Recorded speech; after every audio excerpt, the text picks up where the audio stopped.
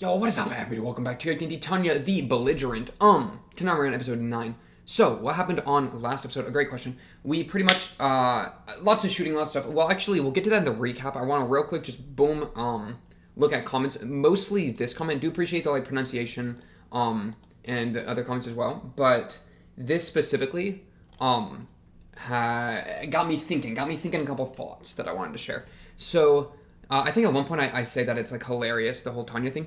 I think so. The show as a whole, let's take a step back and look at it from more of a distance, right? More of a macro look.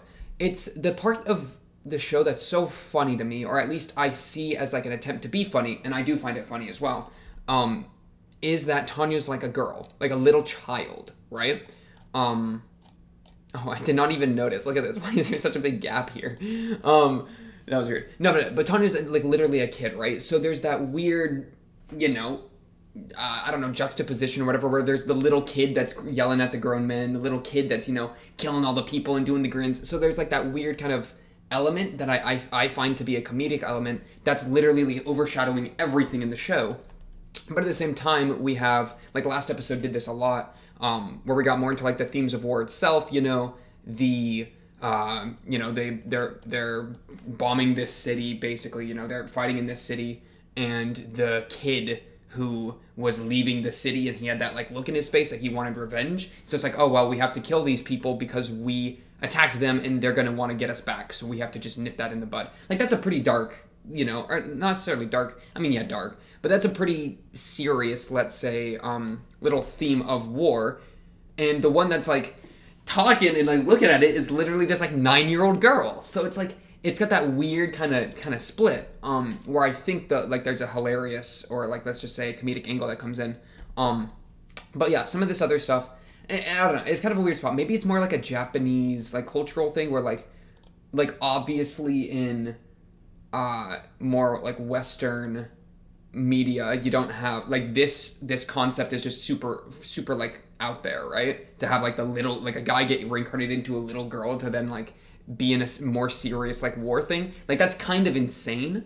So it could be more of a cultural whatever thing where I see it as a comedic thing, but it's not really meant for that as much. I don't know.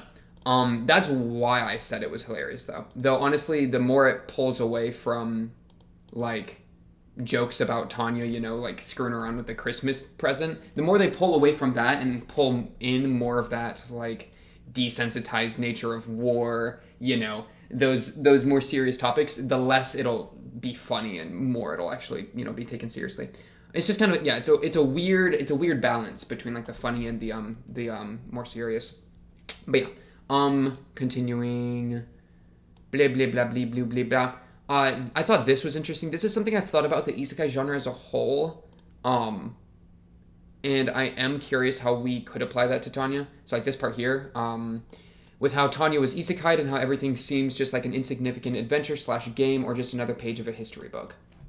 Especially just us, we don't care about the deaths of NPCs in fiction.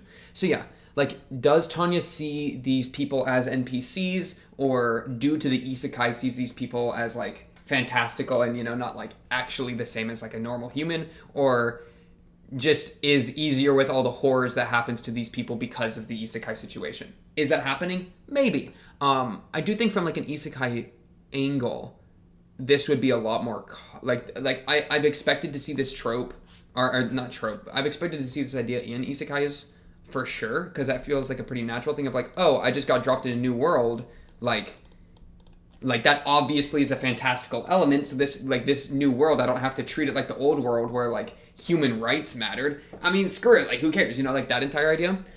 With Tanya specifically, I don't know how much that's the case. My only reason being that when we saw the prequel before Tanya got isekai'd, Tanya seemed to not really care about laying people off and being kind of a sleazy, corporate middle manager, whatever.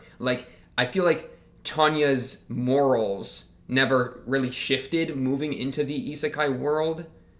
It's just that Tanya's location shifted, so the way that their morals gets applied has shifted, right?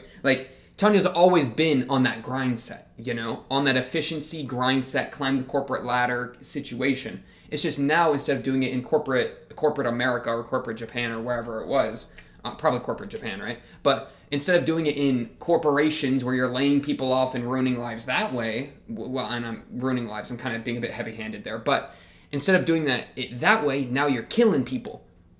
So it's like the red tape and bureaucracy element of corporate work has been taken away, and so now you're not just laying people off, you're murdering people. Or not murdering. Get rid of murdering. You're not laying people off, you're getting people killed, right? That's, I feel like, what they're doing. Not necessarily that Tanya's treating them as less than human, but that Tanya's being exposed to how she never considered people human or never considered people to be like that valuable and like that didn't care about them in the first place. And just war's the way that that's being like brought forth to the surface. And that's how I've kind of been interpreting it. Though I do really like that idea of like person gets isekai'd, they don't care about this new world at all, like they see it as a game or whatever, and then they're just evil. Like I could see that as being like, because it's like a power fantasy thing, right? Like if I get dropped into a new world, right? Like if I finish recording and I stand up and I slip and hit my head on the side of my desk and then bam, I'm in an isekai world, which by the way, that would be so unlucky. But, well, not the isekai part, but the whole like immediately dying, yeah.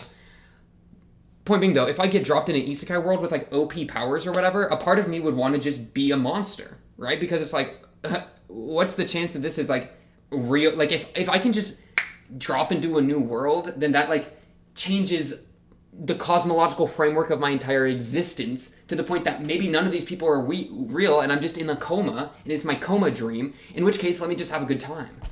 Like all that kind of element I feel like could come into an isekai really well, especially if you introduce power, because then it becomes like a power fantasy thing, and then that's I think the point of the isekai genre like a lot, where it's like a genre of escapism, power fantasy, blah blah blah. I could get that's an entire like broader, even broader than Tanya, so I won't try to get into that too much, but that's just kind of my take on I guess the genre. Okay.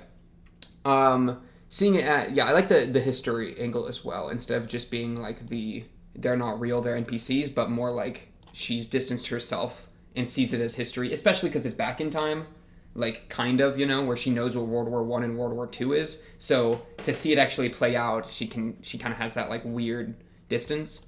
Yeah. But yeah, I don't think she's really ever had an emotional attachment to anyone, which is just being displayed in war. Okay, trying to show off contrast. Comparing Tanya to the other characters having more protagonist desires, like the guy, the anti-Tanya freaking Anson Su. He definitely, I have to get back at the devil, and he's glowing with power and all those things. He like, that is a good comparison, and that's obviously a comparison they're trying to make to show how grind set Tanya is by, immediately contrasting with people that are very passionate and very emotionally attached. Yeah. Yeah, so I thought there were some interesting ideas to pull out of that. I do appreciate the rest of the comments as well. I do a lot of people have been talking about the books, or like the light novels or whatever, and how the anime is like so very different, especially with, like, I won't even get into it, but all the stuff that people have been telling me about has got me kind of intrigued on the books. I do kind of want to, maybe read like a little bit of one of them, like read a little bit of like the beginning, just to kind of see the stylistic difference. But yeah, okay. Episode 8. We got freaking Victoria chowing on these breads and beans and tortilla. Wait, what are you eating? I think she do be eating bread, bean, and tortilla, man. Man, get my hair out of my face. I hate hair. I wish we were all bald. Okay. So yeah, the big thing of this episode was this homeboy. Let me see if I get a good shot of him. Who I think I have his name right down. Warren, yeah. I think Warren here. On the left, he was realized war, right? He went from just being like, haha, let's take him out, to actually fighting in a city and being confronted with the idea of having to kill civilians, or at least getting fighting in such a way that civilians get killed in the crossfire. And then eventually at the end, when they were evacuating, Tanya, bams him in the stomach and then says, I get shooting. To which he does. Poor guy. Really went through it. Yeah, so confronted with the reality of war kind of moment. Yeah, not a good time for the guy. There was also an important point as well that Tanya was the one that uh, created this what do we even call it, this reading of like the international law or whatever it was specifically that allowed them to step around the restrictions of artillery bombardment of cities. Dude, she's just she's too much, bro. She's a problem. It was submitted last summer to the RD. Last summer, dude. Tanya had this idea cooking.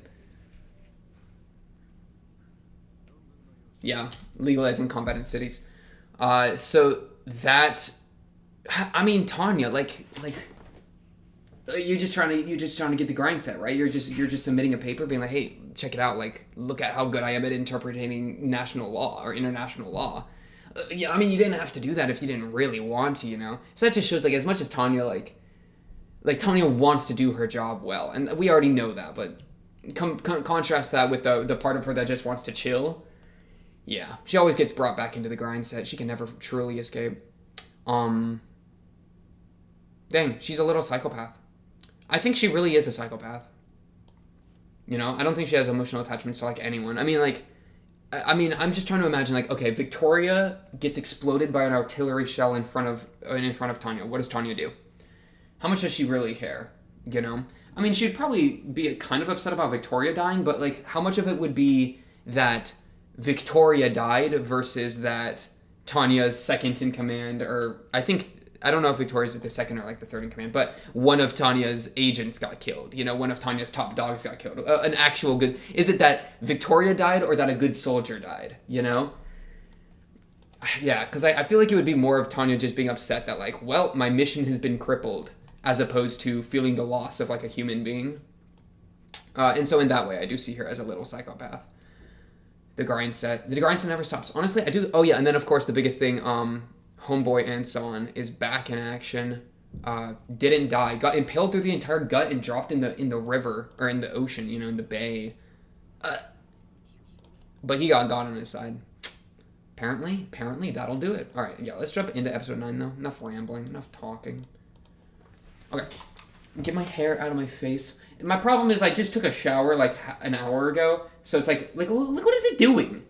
I don't know, man. Can we legalize being bald? I know being bald is legal. You don't got okay. Let's just enough of that. Let's just watch the show, man. Oh, you know what's good news though? Mary's gonna maybe get a reunion at some point, right? With her dad, because her dad's not actually dead, but she thinks her dad is probably dead. Because she was getting the news on the radio when she was in the Unified States. Yeah. Okay, episode 9. Let's get this going in 3, 2, 1. Bang!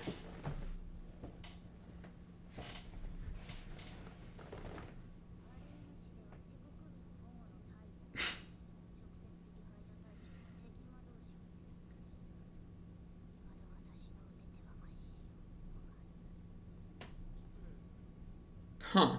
That's an interesting start for her to like reflect in that way. I'll need to look at that again. Oh, what's up, Uger? Major Uger.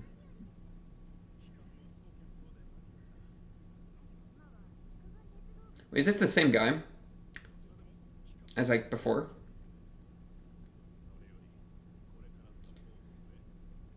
So many military men.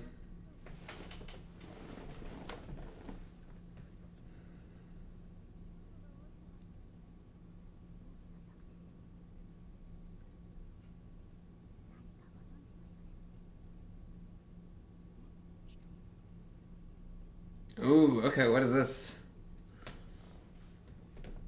Okay, yeah, I think this is the guy from before then.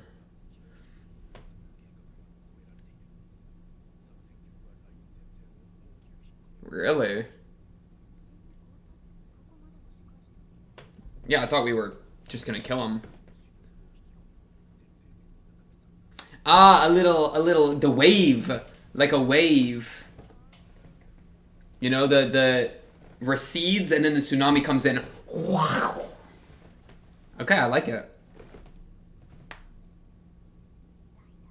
Bold but fascinating. Oh, we are drinking a Dr. Pepper, by the way. That's a big play because like if they don't take the bait, then you're just kind of done so, right? Because they're trying to end it quick. Well, Dunzo's a. It just means like they want to finish it quick, you know, so it kind of has to work, or else they're going to be in a bad spot. You know, if they just don't take the bait and they retreat, then it's like, well, we just gave up our lead, you know. Interesting. No, I like that idea though. And of course, Tanya immediately is like, ah, yes, like Bonaparte. Tanya, you're a businessman, man, dude. Tanya probably took a like war history classes in college as like an elective. Good choice, Tanya. I mean, I don't know if you expected it to be as helpful as it is, but you're making moves.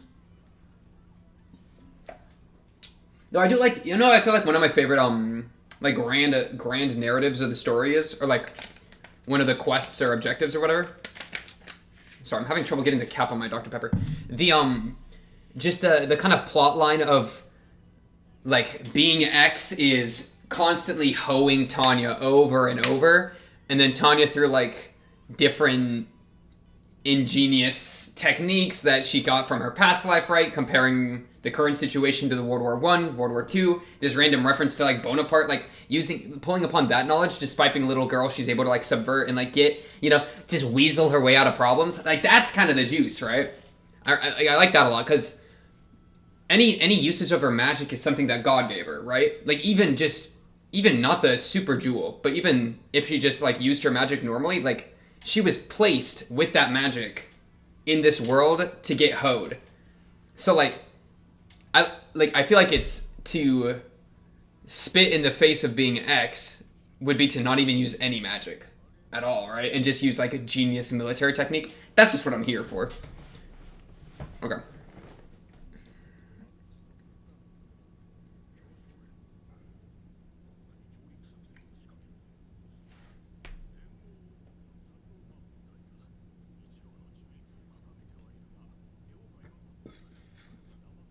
Mm.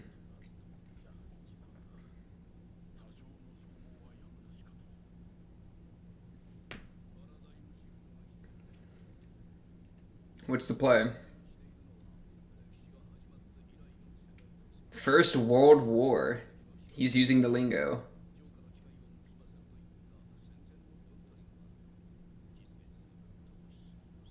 Right. Ooh, that's kind of interesting, yeah, because you can't enter everyone's castle at the same time, you know? Or it'd be really hard to, you know, with a world war.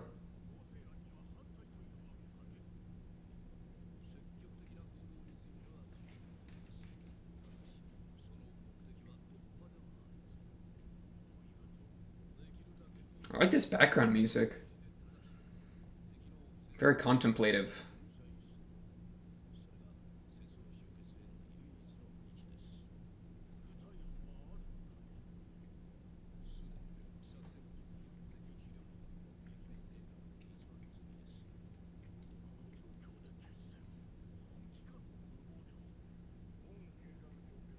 Okay, yeah, they're talking about the plan that Tanya just heard. Yeah, the wave, bro. The beach wave. Tsunami.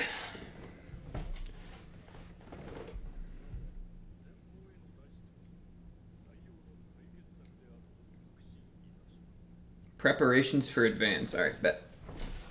Just one strand of hair. Okay, Rhine front, right flank, front lines.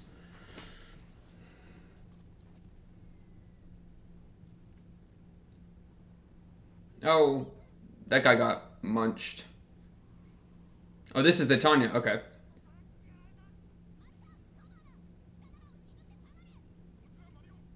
It's kind of what I was talking about. Like, dang, over 60. What happens when all our people die, right? How does she feel about that?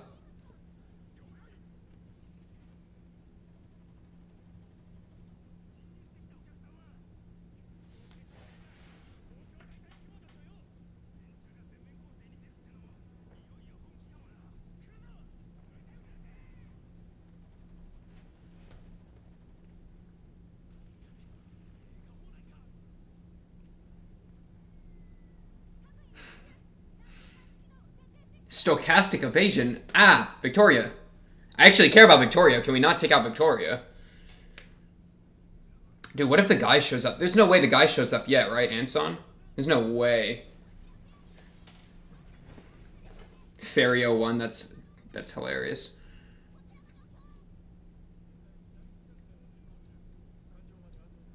Okay, get ready. We have permission for immediate withdrawal, alright, bet.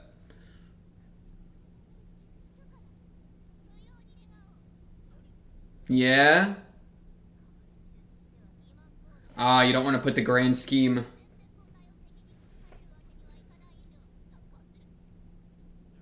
I like it. You hear that? God's protection. You hear that, Tanya? Careful. Whoa, is she good? Bro, imagine she actually just gets decked in the back of the head when she's not looking, you know? That'd be a crazy, like, plot twist. She just, like, gets captured or something. I don't think that'll happen, but that'd be crazy.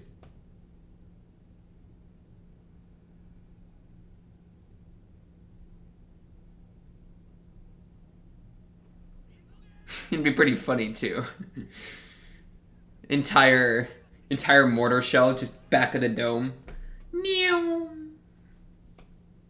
A false retreat. Okay, yep.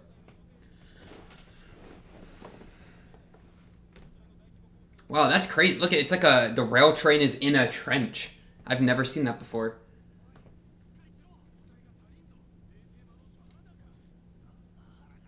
Oh, Tanya? Tanya? Is that gonna be Tanya back there? No, that's Victoria. I think. Yeah.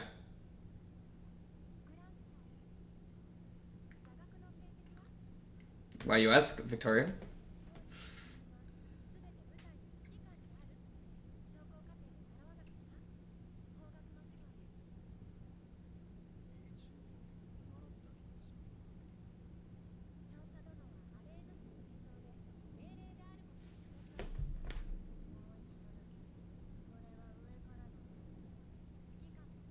So it's her responsibility. Yep. Your sins are on her back.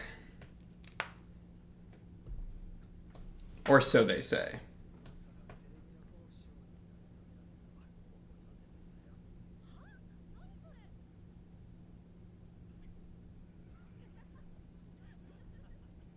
Aw, that's kind of sweet. I kind of like it. I kind of like them too. Victoria and Warren, I think. I think she said his name. I'll have to check that again. Okay, Tanya's good. She's not even injured.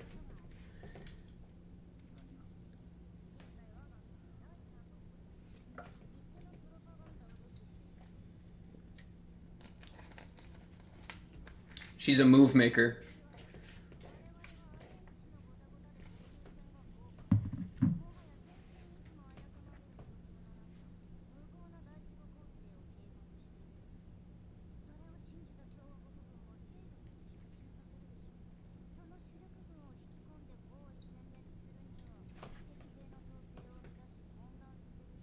Oh, you think they'll be too organized?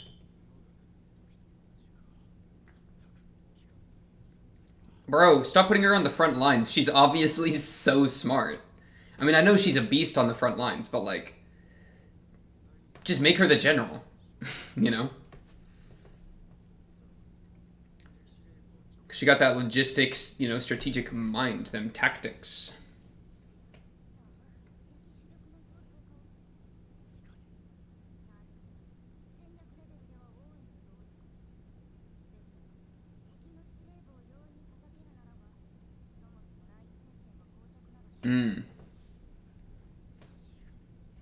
The glasses fix.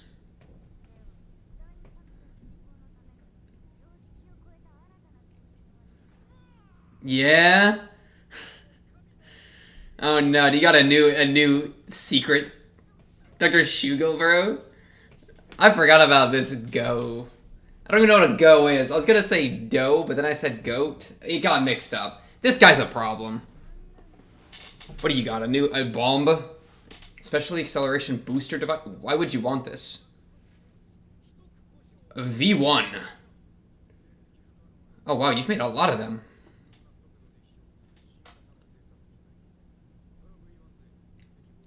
Oh, so we just put Tanya and all her little buddies in a bunch of these things and then over the army and attack their HQ. I kind of like it. To make okay, so it's like super speed paradropping.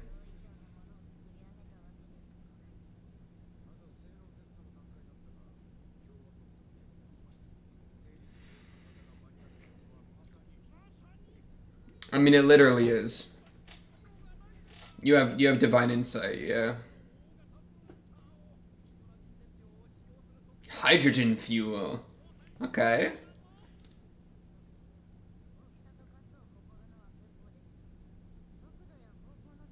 Or are they just torpedoes? You just okay. So we just aim and then fire. Yeah. Okay. Okay.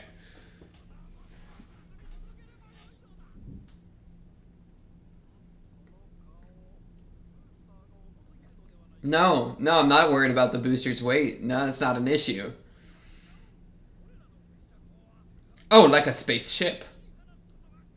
Like a rocket. Dude, Kerbal Space Program. Holy. This guy is Kerbal. Oh, this is the first. Yeah, nice. New sound barrier just broke.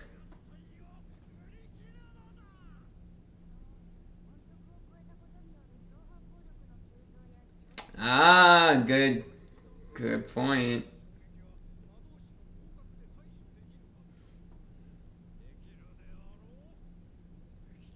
Well, just because Tanya can doesn't mean all her buffoons can. Because Tanya's built different.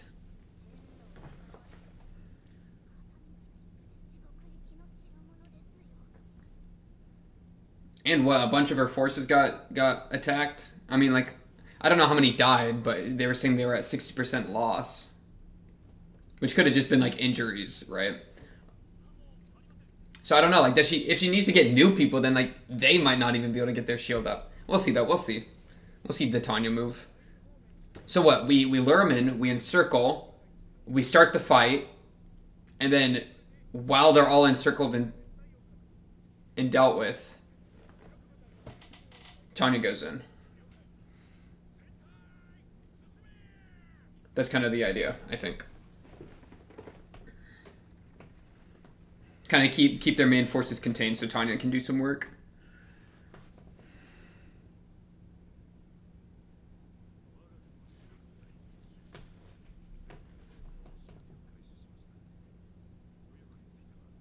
Okay.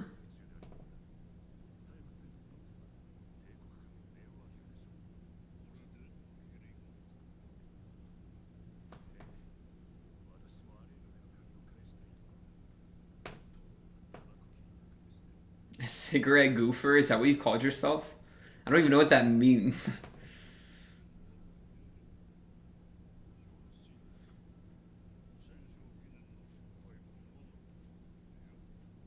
Ooh, we're getting a little tipsy. Okay, getting a little confident.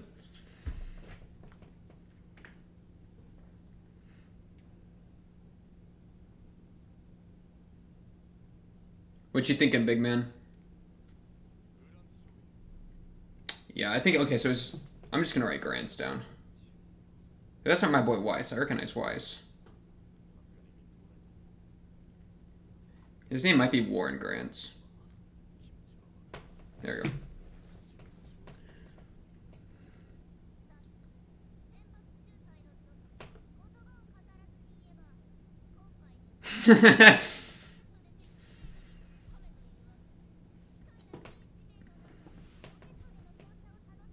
Only a few of you 11. Oh, wow. It's even smaller than I thought. That's what she said. That's kind of what I was worried about, right? Because they've had those losses, and this is probably going to be hard. 3? Wait, 3? Oh my goodness.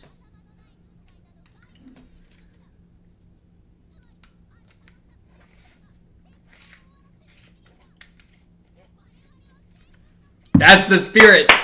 That's the spirit. That's hype. It's a lot of pressure. Victoria is a machine.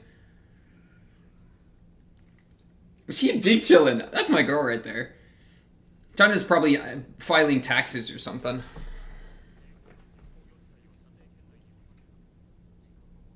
That's my girl, Victoria. I love Victoria. Victoria is fun.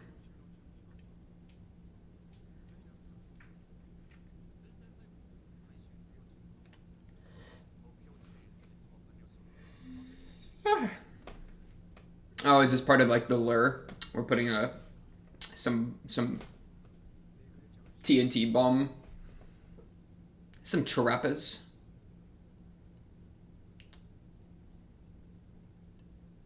Ooh, tasty. Dang, I'm hungry. Yo, man, you trying to share any of that?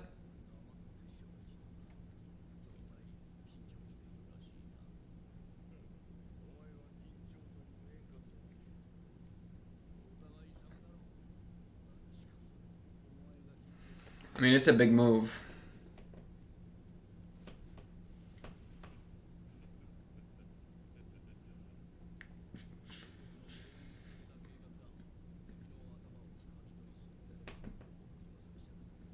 It really does right on Tanya.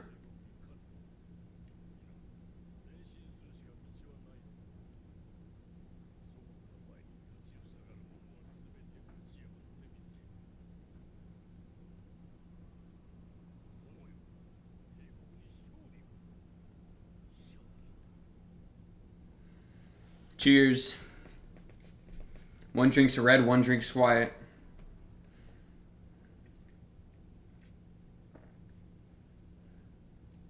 Those two butlers were Bing chilling though. I wish I was a butler. Wow, are those the tracks that they're firing them off?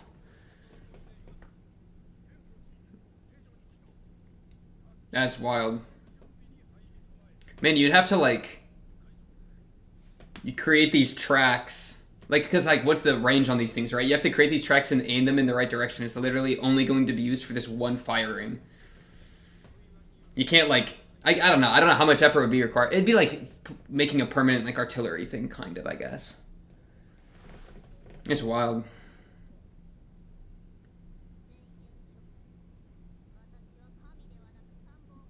Okay.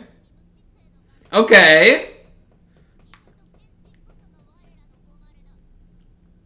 I believe in strategy and logic. Yes! Oh, this is the squad! Show them what good guard dogs we are. Man. It's great, because, like... You good? You good? Well, I'll wait, I'll wait. Okay, I think we're good. She flinched. I thought it was about to go off the rails and just... You know? But, like, you know, she's willing to be a guard dog for logic and reason, but not for, the divine. I mean, it totally makes sense, right? Like, you know, that's kind of her entire thing. It's just funny. How long is the ride?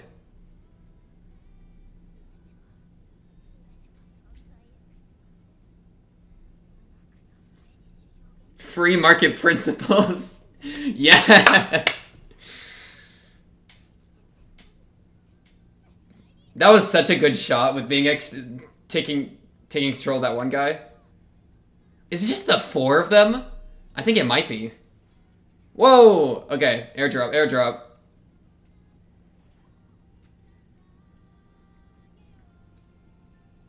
This random guy's dunzo. Operation Shock and Awe, baby. Is that a parachute? Oh, wow, they're doing this LP. Last time they didn't do this one. They didn't want the one with the flower. We'll wait for the post-credit. We'll wait for the post-credit. I do want to revisit the plan, because I thought they said 3 locations, but maybe I read it wrong. And I think there were only the 4 of them, too, getting dropped in, because I think they only had the 4 tracks, too, and they just shot the 4 rockets, which is kind of crazy. I think it's Wace, Grant, Victoria, and Tanya. So those are, like, all characters that I actually know, you know? which is kind of nice. Like, it's not just like mindless or like featureless, nameless, random mook like A, B, and C. You know, it's like actual people. I'm down. Oh, you spit, Tanya. You spit. Man, I kind of want to read the light novel, bro. I might read a chapter. I might read a chapter. Just to see the difference, you know? People got me excited with that.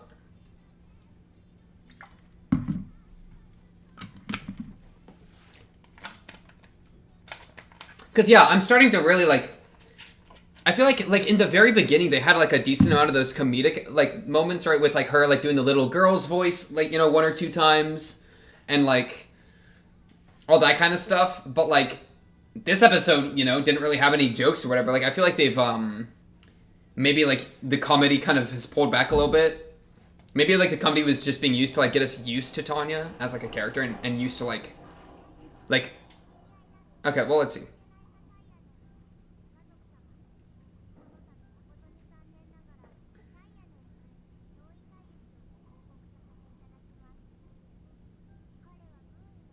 Your voice is so adorable.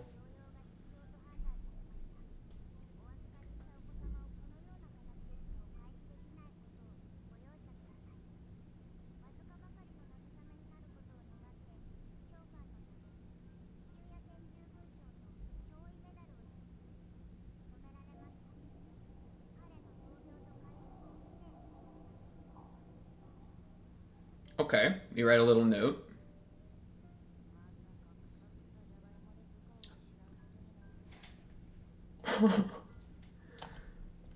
No. You cannot award that guy. Wait, the badge, it got accepted? The badge proposal, the Class 1 Combat Medal and War Injuries Medal got accepted for the Rotten Potato incident? No shot. No, I wonder how much that happens in, like, actual war, right? Where, like, somebody dies from something actually just stupid, and then the war, like the, you know, the military kind of covers it up and just throws a badge at it. That's just unfortunate. That's just unfortunate. I mean, that's funny. That is funny. But it's like, I don't know. I'm trying to like piece together like how they're using comedy. But you know what? Let me just enjoy the comedy instead of getting all wrapped up in a bunch of nonsense. Okay, let me look at this plan. Our current intelligence has given us 3 attack targets. Okay. Oh, okay. Look. These 3 X's, they're right next to each other. I thought the images were like on top of where they were, so I was kind of confused why they're in 3 completely different areas. But no. These little X's are really close together. So yeah, they're either doing one of... What I'm thinking is they probably only have the 4 of them, right? And then they're just going to snipe one spot, and then, you know, the entire front army is still being stuck because they got encircled. They're going to snipe the 3 spots just back to back to back. Maybe, though, if the distance is bigger than it looked on the map, you know, like, maybe they have more of these that they're launching because, I mean, we did see they had a ton of them in this shelter here. So maybe they just are going to do the 4 tracks, launch Tanya and the main group to, like, the HQ, but then they have, like, 4 more and 4 more they're going to send to, like, different locations or, like, keep sending them in and they only were able to send 4 at a time. We'll see. I think there is room for it just being the 4 of them, or if they're going to just keep moving people in. I think it's just the 4, though. Like, let me look at this real quick. Yeah, 1, 2, 3, 4. So they're definitely sending 4 first in this first wave, but they do have more ships.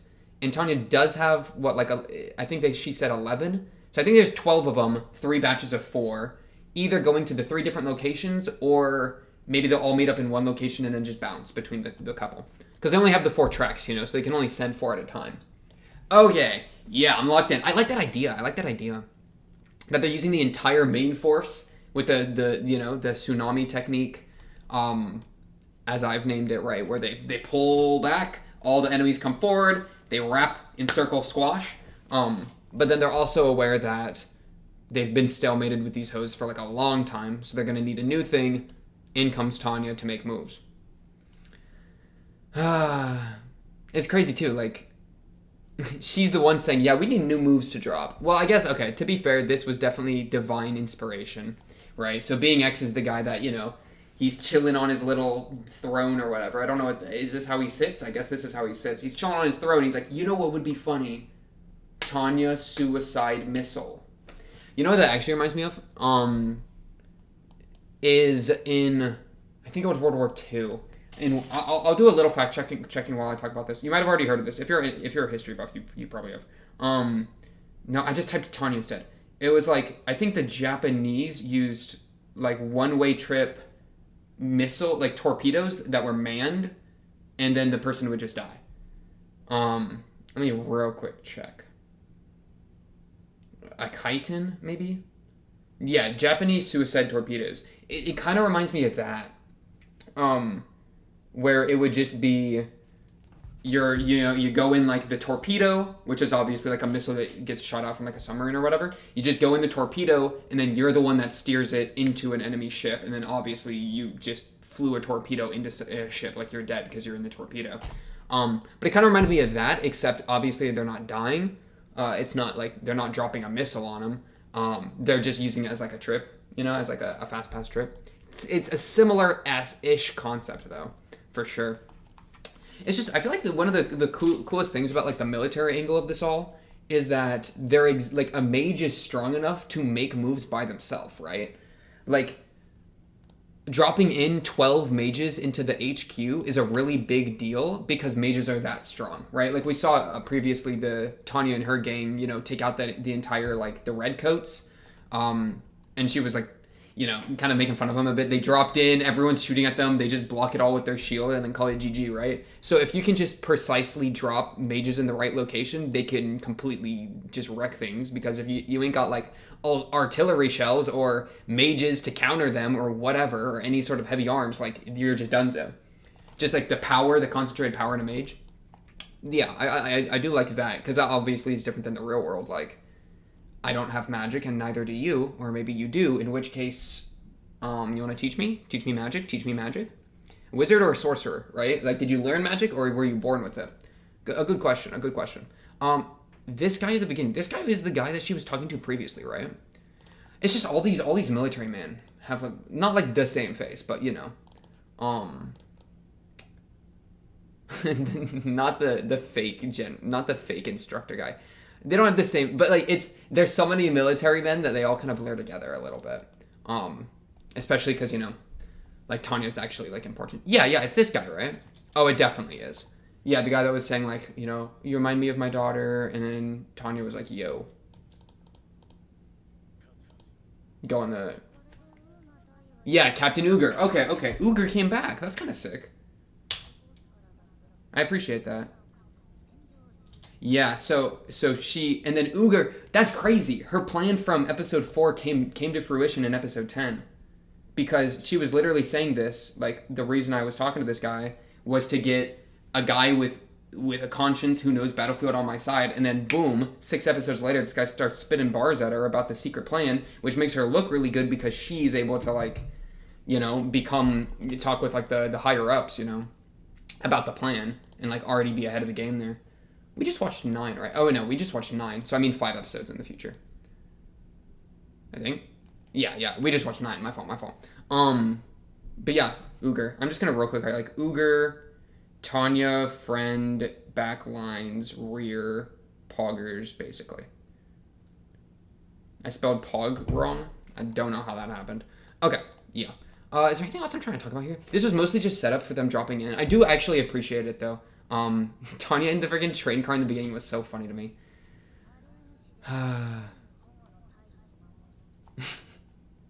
It's just so odd. Like, this image, right?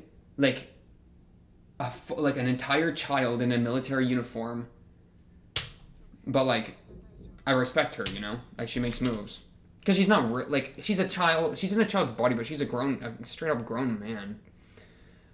And this is just that's anime for you, baby. That's anime for you.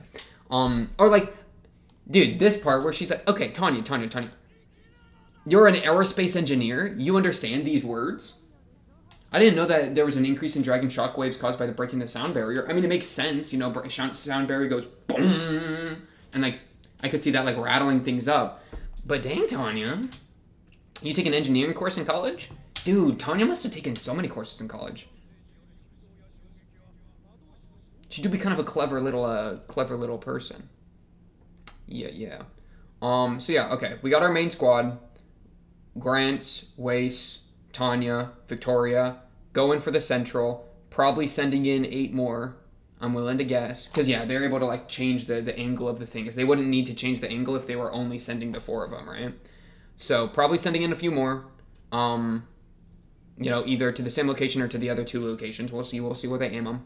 I could see it going either way. For sure. Probably, yeah, we'll see. Kind of, maybe Tanya can even call it in. I don't know how long her communications go, because she's going deep in. Is she going to be able to communicate with them anymore? I don't know how strong, because she uses the magic, I think. I think she uses magic for the communication. Maybe. I'm not actually guaranteed on that. But either way, like, I don't know if her communication's strong enough that she'll be able to talk to them at all when she's deep in their HQ like that. So, really really a rough spot. I could definitely see, I mean, what is this, episode 9? So yeah, 10, 11, 12, and then the movie. I could definitely see, like, these next 3 episodes, or at least 1 or 2 of them, being her. Maybe Anson's gonna show up.